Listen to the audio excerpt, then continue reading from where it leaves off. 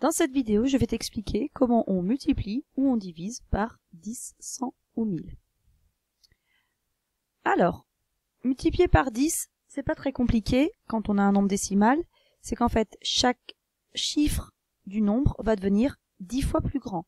Autrement dit, on passe chaque chiffre du nombre au rang supérieur.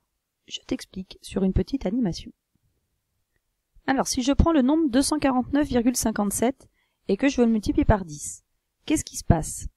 Bien, le chiffre qui était dans les unités va devenir 10 fois plus grand. Autrement dit, il va arriver dans les dizaines. Donc ce 9, il va arriver là. Oui, mais le 4 qui était dans les dizaines, il va devenir 10 fois plus grand, donc il va aller dans les centaines. Le 2 qui était dans les centaines va devenir 10 fois plus grand. Il va donc arriver dans les milliers. Les dixièmes vont aller dans les unités, les centièmes dans les dixièmes. Autrement dit, on prend tout le nombre et on le glisse d'un rang vers la gauche. Donc chaque chiffre est passé un rang au-dessus. Donc 249,57, c'est égal à 2495,7 quand on multiplie par 10. Si je prends comme nombre 3,215 et que je veux le multiplier par 10, c'est la même chose. Chaque chiffre va passer un rang au-dessus, autrement dit, on prend notre nombre, on le glisse d'un rang vers la gauche, et donc 3,215 multiplié par 10 est égal à 32,15. Exactement de la même façon, donc si je prends par exemple 0,0516 et que je veux multiplier par 10, comme tout à l'heure, on glisse d'un rang vers la gauche. On voit juste que ce 0, on aurait pu l'enlever parce qu'il ne sert à rien. 0, 0, c'est 0. Hein. Donc 0,0516 multiplié par 10 est égal à 0,516. Bien, donc on vient de voir ce que c'est que multiplier par 10. Si maintenant on veut multiplier par 100, c'est là qu'on réfléchit, on se dit, ah oui, mais attends, 100 c'est 10 fois 10. Autrement dit, il suffit de multiplier 2 fois par 10. Ça veut dire que au lieu de passer chaque chiffre du nombre au rang supérieur, on va le faire ça 2 fois, autrement dit, on passera chaque chiffre du nombre 2 rangs au-dessus. Regardons ça sur une animation. Alors, si on prend 5,12 et qu'on veut le multiplier par 100, on sait que donc, si je le multiplie par 10, ça donnera 51,2. Oui, mais si je le multiplie par 100, je continue encore à le glisser. Et donc, 5,12 multiplié par 100, c'est égal à 512. Cette virgule ne sert plus à rien puisqu'il n'y a rien derrière. Donc on met 512 tout court. Bien. Si je veux prendre un autre exemple et que je prends donc 615 par exemple, 7 et que je veux le multiplier par 100, comme tout à l'heure, on glisse de 2 rangs vers la gauche, vers 2 rangs supérieurs. Et on voit quoi? On voit que quand on avait multiplié par 10, ça faisait 6157. Et quand on multiplie par 100, toc, on voit qu'un espace se crée.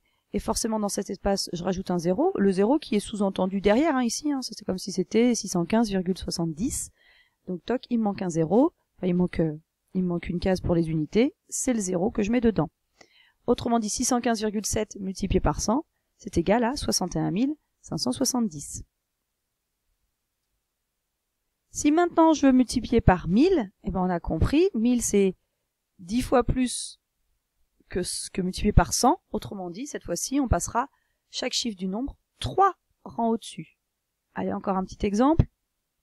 Alors, si je veux multiplier donc ici 215,3 par 1000, cette fois-ci, on le glisse de 3 rangs. 1, 2, 3 vers la gauche. Autrement dit, on est obligé de rajouter 2 zéros dans les dizaines et dans les unités. Et donc 215,3 multiplié par 1000, c'est égal à 215 300. Si je prends un autre exemple, je vais multiplier 16,234 par 1000, bien comme tout à l'heure, on le glisse une fois, 2 fois, 3 fois, c'est donc égal à 16 234. Donc tu vois, pas de complication, il n'y a rien de difficile. Donc ça, c'était pour multiplier par 10, 100 ou 1000. Bon, maintenant, ce qu'on aimerait faire, c'est aussi diviser par 10, 100 ou 1000. Bon, c'est exactement la même chose. Si on sait que multiplier par 10, c'est en fait grandir chaque chiffre 10 fois, faire que chaque chiffre devienne 10 fois plus grand, Eh bien, pour diviser par 10, c'est l'inverse. Autrement dit, on va passer cette fois-ci chaque chiffre du nombre au rang inférieur. Et évidemment, exactement de la même façon, quand on voudra diviser par 100, ce sera passer chaque chiffre du nombre 2 rangs en dessous. Et si on veut diviser par 1000, on les passera 3 rangs en dessous. Je te montre ça rapidement sur un petit exemple. Alors, je prends 12,57. Si je veux le diviser par 10, qu'est-ce qui se passe? Au lieu de tirer vers la gauche, cette fois-ci, mon nombre il va aller vers la droite. Donc, toc, il va devenir 10 fois plus petit. Les dizaines vont passer dans les unités dans les dixièmes dans les centièmes dans les millièmes, etc., etc. Autrement dit, 12,57 divisé par 10, c'est égal à 1,257. Si maintenant je prends, si maintenant je veux le diviser par 100, eh bien, on sait très bien ce qui va se passer, c'est qu'au lieu de glisser d'un rang vers la droite, je glisse de 2 rangs vers la droite.